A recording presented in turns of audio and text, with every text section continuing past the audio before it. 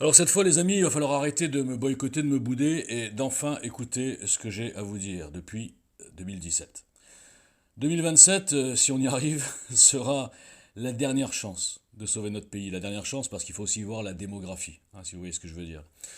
La dernière chance d'une victoire des souverainistes, des patriotes, une victoire, je dirais, de la France, tout simplement, qui doit mettre KO l'Europe et le mondialisme. Je vais résumer ça comme ça. Alors pour y arriver, regrouper la droite ne suffira pas, car les gens n'ont toujours pas compris qu'il y a une partie de la droite, la mauvaise partie, qui est déjà chez Macron, au sens large, qui est déjà dans cette espèce de globi-boulga en même temps, enfin bref, soi-disant progressiste, etc., et qui sont européistes, ne l'oubliez jamais. Donc ceux qui visent que l'électorat de droite, comme l'a fait Zemmour, ont tout faux.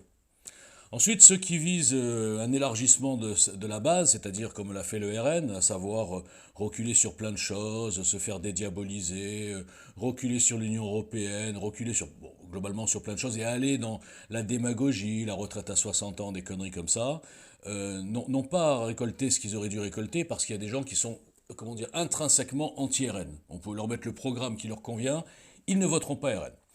En fait, ce qu'il fallait viser dans cette élection 2022, c'était une partie des abstentionnistes. Alors bien sûr, pas les abstentionnistes qui ne votent pas, c'est-à-dire il y a une partie des gens, des citoyens français, ou souvent binationaux d'ailleurs, qui ne votent pas parce qu'ils s'en foutent, souvent les jeunes d'ailleurs. Et à la rigueur, je vais vous dire, moi, ceux-là qui votent pas, moi, ça me va bien. Parce que ça ferait certainement pas des voix pour la France, mais des voix, je dirais, pour le parti de l'étranger, celui que vous connaissez tous, et qui s'est révélé encore plus depuis le 7 octobre. Il fallait viser les abstentionnistes qui sont nombreux, et j'en connais plein, moi, personnellement, qui sont dégoûtés de la politique, des politiciens, des petits arrangements entre amis, des promesses non tenues, de tout ce petit microcosme qui se coopte, qui se protège et qui réserve justement l'objet politique à une caste d'énarques, de Sciences Po, de francs-maçons, etc. Et ceux-là, qu'est-ce qu'ils disent? Ça sert à rien de voter pour les uns ou pour les autres, de toute façon, ça changera rien. Et ils ont tout dit, mais personne ne les entend. Le seul qui les a entendus, c'est moi, mais eux ne m'ont pas entendu. Malheureusement. Et pour cause, puisque je suis invisible, et inaudible, et psychiatrisé. Dès 2017, j'ai expliqué que pour que les choses changent, il fallait non pas s'attacher au qui et attendre l'homme providentiel et ne parler que de ah celui-là va se présenter, ah bah non celui-là, ah bah celui-là va s'allier. On s'en fout complètement des personnes. Il faut traiter le système. Et une fois que vous avez traité le système, une fois que vous avez réparé la Ve République dévoyée aux mains, je le dis, des francs-maçons et des énarques, eh bien, une fois que vous avez réparé le système, là, vous pouvez vous poser la question du qui doit être secondaire. Alors je sais, ça va à l'encontre de toute la domestication des gens qui ont été nourris depuis 58, au qui avant quoi, l'homme providentiel, on a besoin d'un chef, etc. Oui, d'accord, on a besoin d'un chef, mais on a besoin d'abord d'un système. Donc si à ces gens, ces abstentionnistes, vous leur dites maintenant, vous savez, le président, ça sera plus quelqu'un, parce que finalement, vous avez quoi comme pouvoir? La démocratie, c'est quoi en France?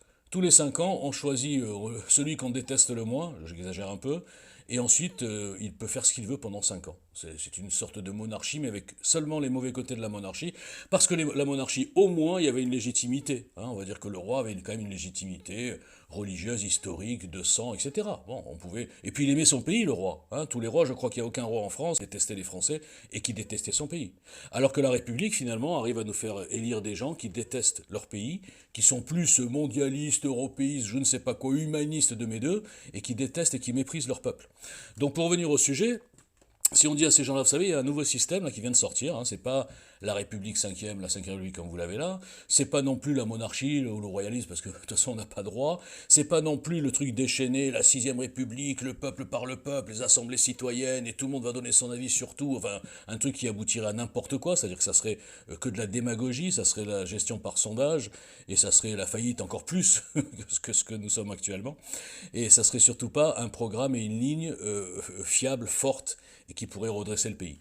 Donc maintenant, mes amis, le président va bien sûr présenter un programme sur lequel il s'engage. Et vous verrez, je ne rentrerai pas dans les détails de la proposition EGL, mais vous verrez qu'il y a non seulement un système de contrôle annuel, mais en plus une élection de mi-mandat, enfin un référendum de mi-mandat, on peut appeler ça comme ça. Et ensuite, vous n'aurez plus cette espèce de dictature finalement du Conseil constitutionnel ou du Conseil d'État, des gens qui ne sont pas élus, qui sont placés, et qui décident en dernier ressort d'amender une loi, de refuser ci, de refuser ça. Et vous verrez que les décisions de ces organismes sont toujours minoritaires au niveau du peuple.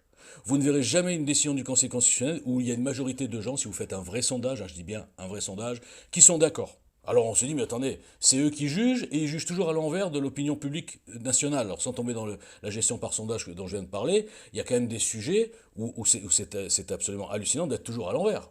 Là, on n'a pas encore vu le retour de la loi immigration, je crois, enfin à moins que j'ai raté. Vous allez voir qu'ils vont encore enlever des trucs, alors qu'il n'y a déjà rien. Hein. Et encore une fois, ça sera à l'encontre de l'avis de 70% au moins des Français. Donc si on dit à ces gens-là, je reviens sur mes abstentionnistes préférés, là, on leur dit, voilà, maintenant il y aura un système de contrôle, il y aura un système qui sera vachement simplifié, il y aura au moins, il y aura des milliers d'élus qui seront supprimés, de postes d'élus qui ne servent à rien, je parle dans les régions et dans les départements, d'accord. Donc ce sont des gens qui sont payés pour rien, pour gérer le lycée, les déchets, je sais pas quoi, tel ou tel travaux, faire un pont ici, faire un pont là, et on nous oblige à politiser ces gens-là. On nous oblige à ce que ce soit des partis qui font leur petite baronnie, qui décident parfois de subventions à des associations hallucinantes, même des associations étrangères, même des associations terroristes. Hein, j'ai entendu des trucs récemment, c'est hallucinant hein, au niveau du Hamas et de certaines régions qui donnent de l'argent pour ces organisations. On est dans un truc de fou. Donc un système simplifié, un contact quasi direct entre le président et son équipe et le peuple, des comptes à rendre, mensonges interdits parce que le programme dans le cadre d'un mandat impératif et d'un contrat de confiance que j'ai expliqué longuement, mais personne n'écoute dans mon programme, tout à fait simple hein, et logique et surtout réaliste, hein, contrairement à ce que j'entends à droite à gauche. Eh bien si on leur dit tout ça, là, les gens ils diront, ben là c'est vrai. Et puis en plus, dans une équipe où il n'y aurait pas que des politiciens de carrière, qui n'ont été que dans des partis politiques, qui n'ont jamais travaillé de leur vie, dont le seul job était de monter à l'échelon supérieur pour s'approcher du pouvoir, s'approcher du chef, et ensuite être désigné comme le porte-parole, etc.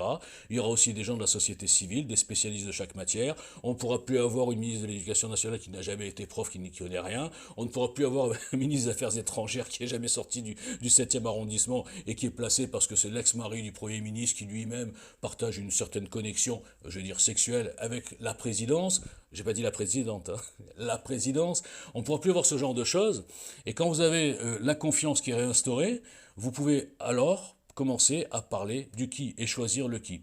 Dans le cadre d'une équipe dont je ferai bien sûr la sélection, puisque je suis le Didier Deschamps de la politique, le Didier Deschamps inconnu. Bon, non, je plaisante, je ne ferai pas la sélection, mais bon. Dans le cadre d'une équipe élargie de travail, qui bosserait sur la base du programme EGL, parce qu'il reste le meilleur, et je peux le démontrer, sauf que personne ne me donne la parole, eh bien nous arriverions à quelque chose de simple, efficace, puissant, sans entrave, et qui, avec une politique forte à tous les niveaux, relèvera notre pays en 10 ans, en sortant bien sûr de l'Union européenne. Voilà. Si vous leur dites ça, ces abstentionnistes, même s'ils ne sont pas à fond pour Zemmour, ou pour Marine Le Pen, ou pour quelconque mec de droite, ils reviendront. Ils diront là, ça va changer. Là, ça va changer. Eh oui, parce que le changement, c'est maintenant. Combien de fois on vous l'a fait?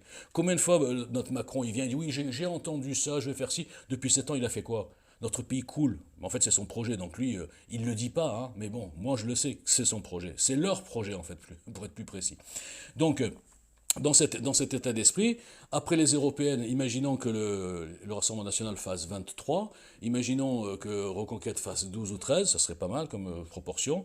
Alors, ils pourraient discuter ensemble, et il pourrait y avoir un grain de sable qui vient, qui les mette tous d'accord. Pas moi en tant que candidat, je suis pas débile, mais moi en tant que mec qui apporte une idée, qui organise une réunion, et qui pourrait les convaincre d'oublier leurs petits égos, de ne pas se poser pour l'instant la question du qui, mais de rassembler autour d'un quoi, et avoir des spécialistes de chaque matière, et le qui sera défini le plus tard possible, pour que justement le système n'ait pas le temps de le diaboliser, de l'attaquer dans tous les sens et de le fouiller, machin. Et il sera désigné par qui? Par toute cette équipe dans un vote, je ne sais plus comment ça s'appelle, où on n'a pas le droit de voter pour soi. Chacun doit voter pour un autre de l'équipe, et à la fin on tire les rois, si j'ose dire, et le gagnant est, moi je sais qui c'est, mais je ne vous le dirai pas.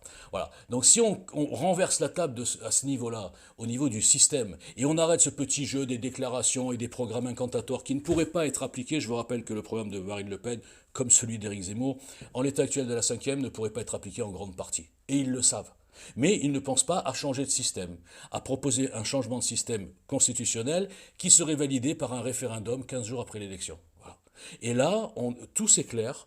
C'est comme si on recrée un nouveau pays avec des lois et une constitution qui s'est adaptée à l'évolution de ce pays. Je parle notamment de l'immigration. Alors c'est bien beau de nous dire... À l'époque, certains disent oui, moi je suis gaulliste, regardez la politique arabe du général de Gaulle, en gros, le général de Gaulle n'avait rien contre l'islam, etc. Mais le général de Gaulle, à son époque, il y avait combien d'immigrés? Il y avait combien de musulmans? Moi j'ai rien contre les musulmans, c'est pas ça que je dis, mais par rapport à l'évolution d'un pays. Il y avait combien de binationaux? Est-ce que c'est comparable? Non. Donc à un moment donné, comme je l'ai dit l'autre fois à Coquerel, là qui a paniqué, les institutions et la Constitution notamment doivent s'adapter à l'évolution du pays, ne doivent pas rester intangibles, ou alors on la modifie, ou alors les seules modifications qu'il y a, c'est que pour que le système soit encore plus protégé de tout intrus et de tout chambardement par rapport à leur plan. Alors je parle dans le vide, c'est pas grave, vous savez que j'aime parler, mais en tout cas je vous le dis, c'était brouillon, je vous mettrai des trucs en dessous. Moi je sais que en tant qu'inconnu d'aucun parti, d'aucune case, d'aucune loge, j'ai aucun intérêt à défendre, je suis personne en vérité. Eh bien moi en tant qu'inconnu, j'ai la vision bien plus claire que tous ces gens qui sont dans un système, dans une équipe, dans un parti et qui défendent leur précaré sans avoir de vision globale. J'estime avoir sans aucune culture justement cette vision globale que les gens soi-disant cultivés n'ont plus parce qu'ils sont abreuvés de théories de bornes. Ils se sont mis des bornes, c'est-à-dire, non pas Elisabeth, ils se sont mis des bornes, c'est la Cinquième République et rien d'autre. On attend un nouveau général de Gaulle. C'est complètement ridicule.